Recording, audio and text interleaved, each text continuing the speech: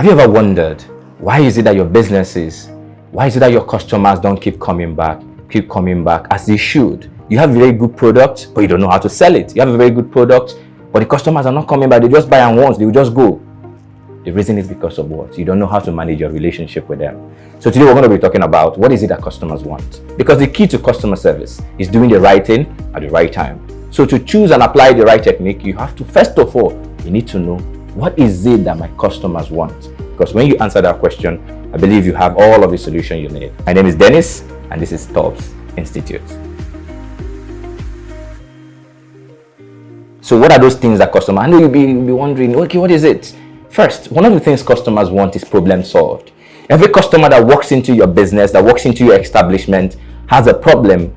And if you cannot solve that problem, the customer won't come back. So when someone is sick, he goes to a doctor. And if the doctor is unable to prescribe the medications or the injections or the kind of treatment plan that will help the patient come out of whatever condition the patient is suffering from, he's not going to go back there. So what customers want is what? Problem solved. I know you've heard about that a couple of times. You heard about that countless time and all of that. But it's beyond just the product you're selling. It's about a customer has bought your product. He has solved the problem, but then you run into a problem. Sometimes they will run into problem using your product or service.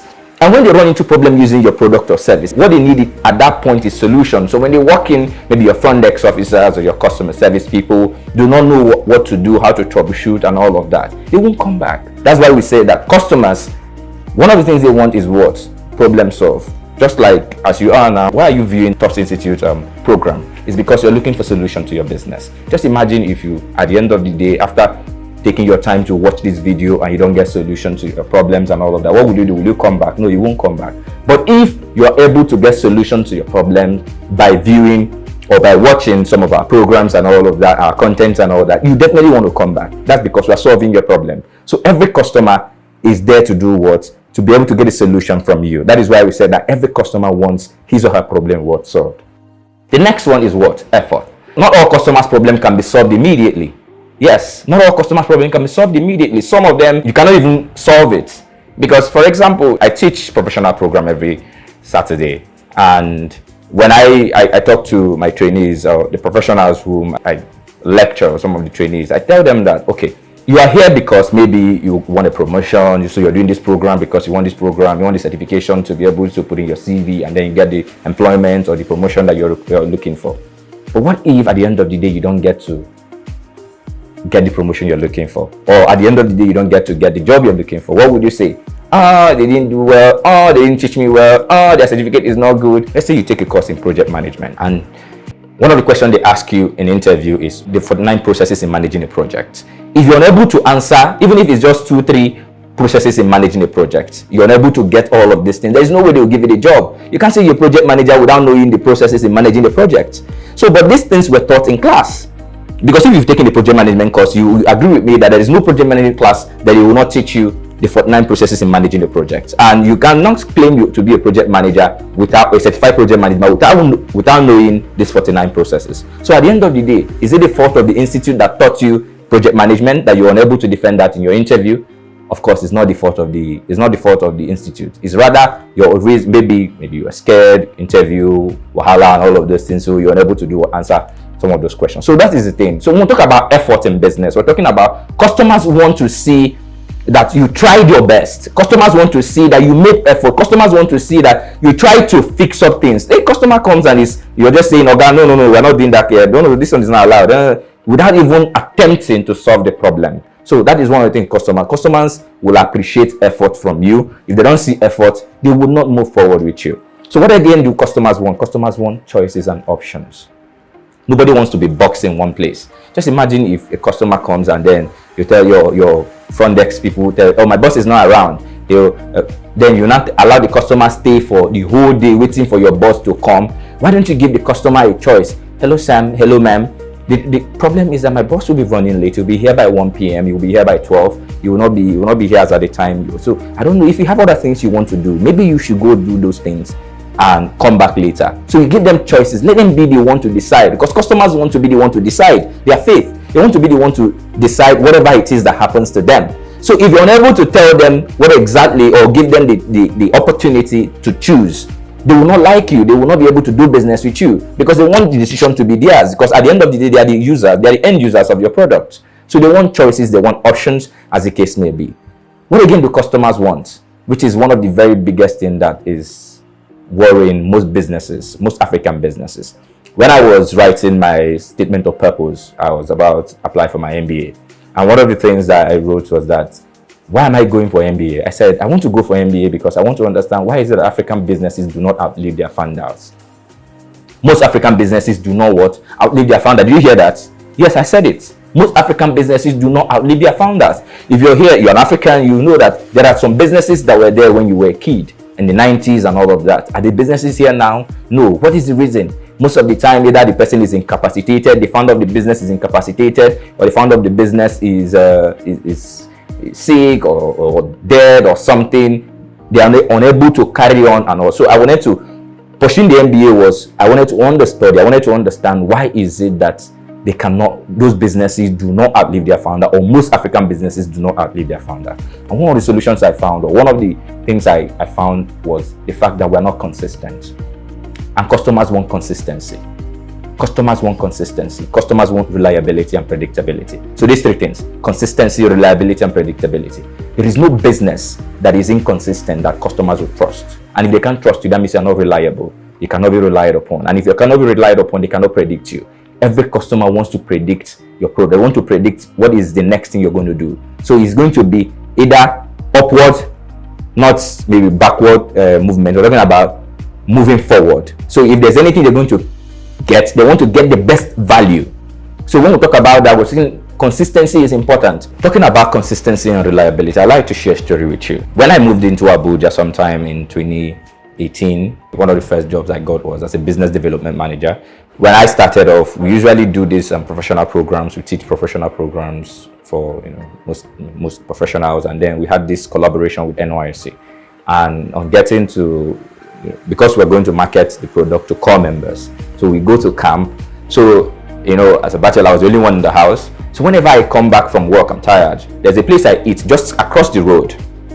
I just come out from the gate, cross to the other side of the main road, and just get my food and eat. So there's this place I eat every day. One of the days when I came back from work tired, there was no food in that restaurant. So what did I do? I had to trek a distance. I don't know how to explain the distance, but it was I had to trek quite a distance to go get food to eat, and all that. And at the end of the day, when I went there, one of the things that wowed me was the young man that was serving the food there.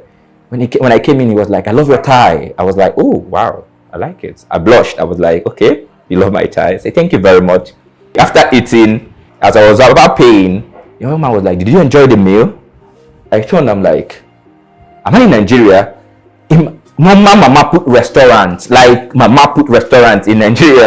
He's asking me, "Did you enjoy the meal?" I'm like, "Oh yes," blushing over. I said, "Yes, I enjoyed the meal. Yeah, I was happy." So, and that incident alone made me, just because of the way the young man attended to me that day, I want to go there every day. So instead of me just crossing, I know that these people have food that day, the next day, but instead of me just crossing the road to go and eat in the one that's just close to the house there, I would prefer to walk that distance. So walking that distance, I kept on doing that. So after a few months of patronizing the young man, when next I went back there, I got there. The food was not as good as it was. The guy didn't even compliment me. Didn't even say, "I love your tie." And okay, I picked attention. I said maybe he was too tired, so I made excuses for him. So the second time I went there, the food wasn't as it were. So I observed that first time, second time, third time. So because I usually pay critical attention, I'm a customer service enthusiast. So I pay critical attention whenever I go to any place. I want to understand what is their service like. So I went to after observing the first time, second time, third time, the fourth time, I called the young man. I said, "Come, bro, what happened? Your food is no longer the way it used to be. I don't know. Is it because you have a lot?" Because I saw a lot of customers, I saw a lot of people there and all that. I'm like, is it that what is happening with your business and all that? So as I was talking to him in a very low tone, I didn't even know that there's a young man across the table who was dropping in our conversation when the guy was trying to explain. And as I was just say, yes, that's true. That's what they used to. If they've changed and all that, they used to ask people, "Did you enjoy the meal?" They stopped asking. I'm like, so someone even observed that they used to ask people, They used to ask people, did you enjoy the meal? I'm like, oh, okay. So you see, a lot of people are paying attention. So the problem was that this young man, as it is now, because they are not consistent, so all of the things that made me go back there and keep going back there has stopped making me go back there because of what? I cannot predict them. So imagine if I leave Abuja and then maybe move to Lagos, and a friend of mine moves to Abuja and is asking me, where can I eat? There's affordable and all of that. Will I be able to refer him to that place? No, I won't. Because at the end of the day, they're not what? They're not consistent. I won't. And if you're not consistent in your service, you're not reliable. So I can't rely on them because my friends trust my sense of judgment. And if I'm unable to give them a good place to go eat and enjoy themselves, or their stay in Abuja and all of that, they won't be able to trust every other thing I tell them. So at the end of the day, it's because they are not consistent. That's why I'm unable to do what I can't rely on them. And if you cannot rely on them, they are not predictable. I usually use the shirt TM Lewin, for example. It's a product I love so much. I'm wearing a TM Lewin shirt, so I like the product very well. And so one of the things I tell them is, these people have been making clothes for years. They've been making clothes for years, and you see the consistency in the way they make clothes and all that. So if, for example, you buy a TM Lewin shirt, maybe you just wear it, and as you just do your hand like this, it's in tall. What would you say? You say, TM Lewin has, no, you won't say TM Lewin has robbed you. What you will say is, Abab boys don't go. Why? Because you don't believe that TM Lewin is going to make a fake product. Because they are predictable, you can predict them. So what you will not blame, you will not blame TM Lewin. It could be a product failure from TM Lewin. But no, you blame Abab boys, and you say it's Abab boys that made that one. At the end of the day, so what am I saying? Every business, your customers really would want to trust you, and one of the ways they can trust you is when you're consistent, when you're reliable, and when you're predictable. The next thing customers want is also value, not necessarily the best price. Not necessarily the best price. You know, it's about value. So I want to buy 5 naira water. I want to get value of 5 naira. I want to buy 100 naira bottle water. I want to get value of 100 naira bottle water. If I buy anything for 100 naira from you, I want to get 100 naira value. If I'm not going to get 100 naira value, let it be 105 naira or 110 naira. That means you added value to it, and not just the one that. So at the end of the day, customers want value, and if you're unable to give value, they won't come. It's not about the best price or something, because there are people who go to 5-star hotels to stay instead of staying in normal hotels and all of that, because of the value that comes to the 5-star hotel and all that. So those are the things customers want. What again do customers want? Customers want reasonable simplicity. Customers want reasonable simplicity. Customers don't want to jump through hoops to be able to access your service. I think one of the basic things they teach us in entrepreneurship classes, at least when I was doing entrepreneurship 101 in the university, one of the things they teach us is that you have to cite your product, you have to cite your company or your organization or your brand in a place that is accessible, so that people can do what? Access your product. So the same way when it comes to service, reasonable simplicity, you have some things that you make your customers go through to be able to access your service. Some of those things are not important. So what you need to do is every day you need to start strategizing. What can I do to reduce the level of bureaucracies, the level of barricade, the level of hoops my customers have to pass through to be able to access my service? That's why I say reasonable simplicity. Reasonable simplicity. I bet you there are some things that you stopped, maybe you didn't go for. There's some product you didn't go for because you have to go through channels to be able to get some of these things you need to get. Customers want speed. They want to be attended to immediately. They don't want to waste time. So why don't you attend to them with the speed of light? So if your services is at speed of light and all of that, customers will want to do what? Want to patronize you the more. So, but if, for example, your speed is not there and all that, you won't be able to. If your products, accessing your services and all of that is slow and all that, they won't come back. So when we talk about what customers want, we're talking about practical examples of what customers want. You are a customer. You understand the importance of making sure that if you come to buy something, you want to be attended to immediately. Some people want to even jump, especially in this part of the world, that people don't want to queue up and all that. So these are the things customers want. What again do customers want? Confidentiality. Customers want confidentiality. Maybe, for example, you get information of a customer, because by virtue of the fact that a customer is patronizing you, chances are that you're going to get a customer information, because it's going to help you get a database on how to serve them better and all that. Just imagine you have a female customer, and then you're a guy, a customer service person, you're working, and then your friend that came to see you in the office saw one of your clients, a female client, and is asking you, "Oh, Afana, I like this girl. Oh, Afa, give me her number now." You now carry your customer's number and give your friend to start calling to do what? Or maybe, for example, maybe I came to your facility, a patient came to your facility to maybe do HIV test and all of that, and before the patient gets to his street, you already say, you see that boy, that guy there, he get HIV. People already hearing about that person get HIV. You imagine that kind of thing. So confidentiality is important. So that is why you must keep the confidentiality of your the information of your customers confidential. So even when you can't come and be embarrassing your customers, even if the customer is owing you, you can't come out and say, madam, you've come here, you came here yesterday, you're owing me, come here today, you're owing me, every day you are. What's that?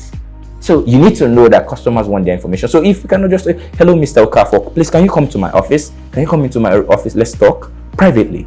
So you can have that conversation with them privately. So what again do customers want? A sense of importance. Customer wants a sense of importance. If a president walks into your office, how do you treat the president? If a president walks into your establishment to buy from you, how do you treat the president? It's not you jump off from your seat and you're running around, making sure everything, clearing the pathway and all of that. That's how customers want to be treated. Customers want that sense of importance. Customer wants to feel that they are important to your business. They want to feel that they are, because they are the life of your business. If you cannot give them that sense of importance, chances are that they will not want to come back. When you go to maybe 5-star restaurants or hotels and all of that, it gives customers that sense of importance because of the way they will treat you. Hello, Alaji, hello, ma'am, the way they treat you and all of that, the way they carry you. So that sense of importance is one of the things that take them to those places because they want to feel special. Some of them have problems in their family. They have family problems. Some of them, maybe the only time they come to your establishment, the only time they come to your office, the only time they get to do what? Express themselves, the only time they get to be happy and all of those things. So why don't you give them that sense of importance? Why don't you give them that sense that, oh, they are indeed important and all of that? Finally, customers want positive surprises. Customers want what? Positive surprises. Just imagine on your birthday, for example, the bank sent you a flower. As simple as a flower. How much is a flower? Sent you a flower, not just text message. Positive surprise. We're talking about positive surprises. Those things. So why don't you create an avenue to positively influence or surprise your customers? Or just imagine your bank where you're banking. They are collecting those 50 naira, 100 naira from your account, 75, 65 naira from your account, as the case may be, using your money to do business and all of that. That they give you, even if it's just a flower. Wouldn't you want to bank with that bank? Wouldn't you want to speak about that bank? Imagine if your bank gives you a cake on your birthday. What would you say? You jump around everywhere talking about the bank everywhere. I'm not saying that the bank should go ahead and be buying cake for every of their customers. I'm only saying that there are some little things you can do as a business. There's some little things you can do as a brand to be able to help your people. To be able to at least give them that sense that, oh, these people, oh, you're special to us and we want you to keep coming. Because the whole essence of customer service, the whole essence of customer service is about what? Relationship management. Now, when you open up a new business, people are going to come.